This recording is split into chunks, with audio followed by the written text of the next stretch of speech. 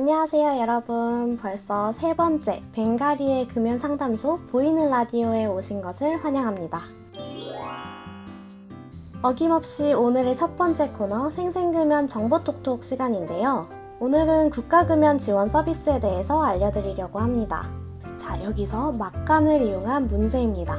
청소년은 보건소의 금연클리닉 서비스를 받을 수 있다 없다 OX 무엇일까요? 정답은 이 코너 속에 있으니까 끝까지 봐주세요. 여러분, 국가에서 지원하는 금연 지원 서비스들 무엇이 있을까요? 첫 번째는 금연 상담 전화입니다. 흡연 사실을 알리고 싶지 않은 분들, 시간적 여유가 없거나 피치 못할 사정으로 치료기관에 직접 방문하지 못하시는 흡연자분들을 위해서 운영되고 있습니다. 1544-9030으로 전화하시면 전문 금연 상담사와 1대1 상담을 통해서 개개인에 맞는 금연 프로그램을 운영하고 있으며 운영시간은 평일 오전 9시에서 저녁 10시, 주말은 오전 9시부터 오후 6시까지라고 합니다. 코로나 시국이니만큼 치료기관에 직접 방문하기 꺼려하시는 분들도 많이 이용해주시면 좋을 것 같고요. 많은 관심 부탁드릴게요. 둘째, 보건소 금연클리닉에서 운영하는 금연지원 서비스입니다. 전국 258개 보건소에서 흡연자를 대상으로 6개월 동안 상담, 행동요법, 약물치료 등을 제공하고 있습니다. 6개월간 금연 상담 서비스, 일산화탄소 측정, 다양한 금연 행동요법, 니코틴 보조제와 금연 보조제 제공, 6개월 동안 금연 성공할 시에는 금연 성공 기념품도 제공한다고 합니다. 자, 여기서 아까 냈던 문제의 답.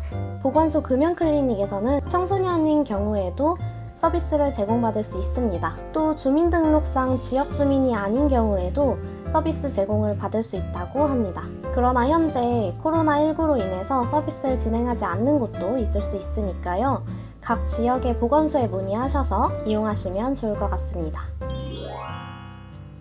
셋째, 병의원에서 지원하는 금연치료 서비스입니다. 병의원에서 8에서 12주 동안 6회 이내의 금연 상담과 금연치료 의약품 또는 금연 보조제를 제공하며 1, 2회차는 본인 부담금 20%가 발생하지만 프로그램 이수 시 전액 환불되는 서비스라고 합니다. 평일 오전 9시부터 오후 6시까지 운영되고요. 금연 치료 기관은 국민건강보험공단 홈페이지에서 찾아보실 수 있습니다. 넷째, 찾아가는 금연 서비스입니다. 전국 17개 지역 금연 지원센터에서는 청소년, 여성, 대학생, 장애인 등 기존 금연 지원 서비스를 이용하기 어려운 흡연자를 대상으로 직접 찾아가는 금연 서비스를 제공하고 있습니다. 흡연자가 있는 단체나 기관에 정기적으로 방문해서 6개월간 9회에 걸쳐서 방문 및 전화 상담이 이루어지고 있고요. 호기 일산화탄소 측정, 금연 보조제, 행동 강화 물품 등을 지원한다고 합니다. 다섯 번째, 금연 캠프입니다. 전국 17개 지역 금연 지원센터에서는 금연 치료 및 심리 상담을 제공하는 합숙형 금연 서비스를 제공하고 있고요. 중증과 고도 흡연자의 경우에는 4박 5일 전문 치료형 금연 캠프, 중증이 아닌 일반 흡연자에게는 1박 2일 일반 지원형 금연 캠프를 제공하고 있다고 합니다. 네, 이렇게 국가 금연 지원 서비스에 대해서 알아보았는데요. 금연을 시도하시는 분들, 금연 중인데 좀 더 전문적인 상담을 받기를 원하시는 분들, 꼭 국가에서 제공하는 다양한 금연 지원 서비스를 이용하시면 좋을 것 같아요. 두 번째 코너, 무엇이든 이야기해마냥 시간입니다. 오늘 소개해드릴 사연은 삥뽕님께서 보내주셨습니다. 흡연을 한 기간은 2년에서 3년에 체크해주셨고요. 금연을 현재 꾸준히 하고 계시다고 합니다. 금연을 하신 기간은 280일이라고 적어주셨어요. 근 1년이 다 돼가네요. 금연을 하고 계신 기간을 하루하루 체크해 두시는 것 같아요. 되게 좋은 습관인 것 같죠? 금연을 하면서 힘들었던 점으로는 계속 담배 생각이 나서 다른 일에 집중할 수 없었고, 친구가 옆에서 담배를 피면 내가 왜 힘들어하면서까지 금연을 해야 하는지 계속해서 스스로에게 의문을 가지며 스트레스를 받았다 라고 적어주셨어요. 이런 고민을 가지고 계신 분들이 많을 것 같은데요. 첫 번째, 두 번째 라디오를 진행할 때도 비슷한 사연들이 많았어요. 이제 첫 번째 라디오에서 말씀드렸던 것처럼 친구들과 함께 금연 의지를 다지거나 흡연에 관련된 수많은 질병들을 떠올려 보시면 금연 의지가 조금 더 굳혀질 수 있을 것 같아요. 흡연 관련 질환에 대해서는 인스타그램에 저희 금연 프렌즈를 검색하시면 자료들이 많이 나와 있으니까요. 그걸 참고해 주시면 좋을 것 같습니다. 마지막으로 금연을 시작하기에 앞서서 꼭 필요하다고 생각하는 마음가짐에 대해서도 적어주셨어요.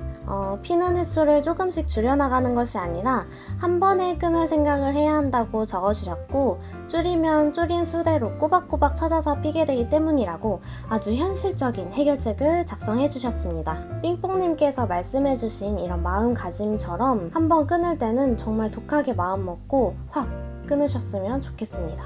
정성스럽게 답변 남겨주신 삥뽕님께 스타벅스 기프티콘 보내드렸습니다. 감사합니다. 자, 세 번째 코너, 임상생리학 강의를 하시는 저희과 교수님 인터뷰입니다. 심전도 폐기능 검사 실습을 진행하셨을 때의 일화를 말씀해 주신다고 하셨어요. 자, 그러면 전화 연결 한번 해보겠습니다. 안녕하세요, 교수님. 저희 전화 인터뷰에 응해 주셔서 감사드립니다. 먼저 간단하게 소개 한 번만 해주시면 좋을 것 같아요. 네, 안녕하세요. 저는 건양대학교 임상비영리학과에서 임상생리학, 세포생물학, 임상유전학, 유정상담학 등의 과목들을 가르치고 있는 김근식이라고 합니다. 저희가 몇 가지 질문을 준비했습니다. 교수님, 현재 임상생리학 과목에서는 어떤 실습을 진행하고 계신가요? 네, 우선 학생들이 임상 필드에서 가장 도움이 될 만한 심전도 측정을 우선적으로 가르치고요. 그 다음에 폐활량 측정, 뇌혈류 검사, 뇌파 검사 및 심장 초음파에 대한 실습을 진행하고 있습니다. 그럼 제가 궁금한 건 심전도랑 폐기능 검사 등의 생리학적인 검사가 직접적으로 흡연자랑 비흡연자를 구분할 수 있는 건가요? 이거 좀 난해한 질문인데요. 자, 우선 흡연자 중 10% 정도가 통계적으로 이 만성 폐쇄성 폐질환을 나타낸다고 알려져 있습니다. 따라서 폐기능 검사를 통해서 어느 정도는 흡연자를 추측해낼 수는 있겠죠. 이 때문인지 실제 폐기능 실습 때 흡연을 많이 하는 일부 학생들이 있었는데요. 이런 경우는 폐기능이 정상 수치보다 좀 낮게 떨어지는 것을 확인하는 경우가 종종 있었습니다. 하지만 꼭 흡연자라고 해서 모두 폐기능이 나쁘게 나오지는 않더라고요. 이는 단순히 폐기능 검사를 통해서 흡연자를 명확히 구분해낼 수는 없다는 의미도 되겠죠. 또한 흡연을 하면 심장 건강에 치명적인 영향을 줄 수 있다는 그런 내용들이 많이 있습니다. 그래서 금연은 반드시 필요한데요. 연구에 따르면 하루 반갑 이상의 흡연을 한다면 심혈관 질환에 걸릴 위험이 정상인에 비해서 3배 증가한다고 해요. 간접 흡연 역시 2배 증가한다고 하죠. 이런 심혈관 질환은 심전도에도 영향을 당연히 줄 수 있겠죠. 하지만 단순 심전도 검사만으로 심전도 이상이 나왔다고 해서 흡연자인지를 구분하기는 어려울 듯합니다. 증상 요인들이 워낙 많기 때문에 그런데요. 실습 때 학생들에게 검사 전 흡연은 가급적 금하고 오라고 하고 있습니다.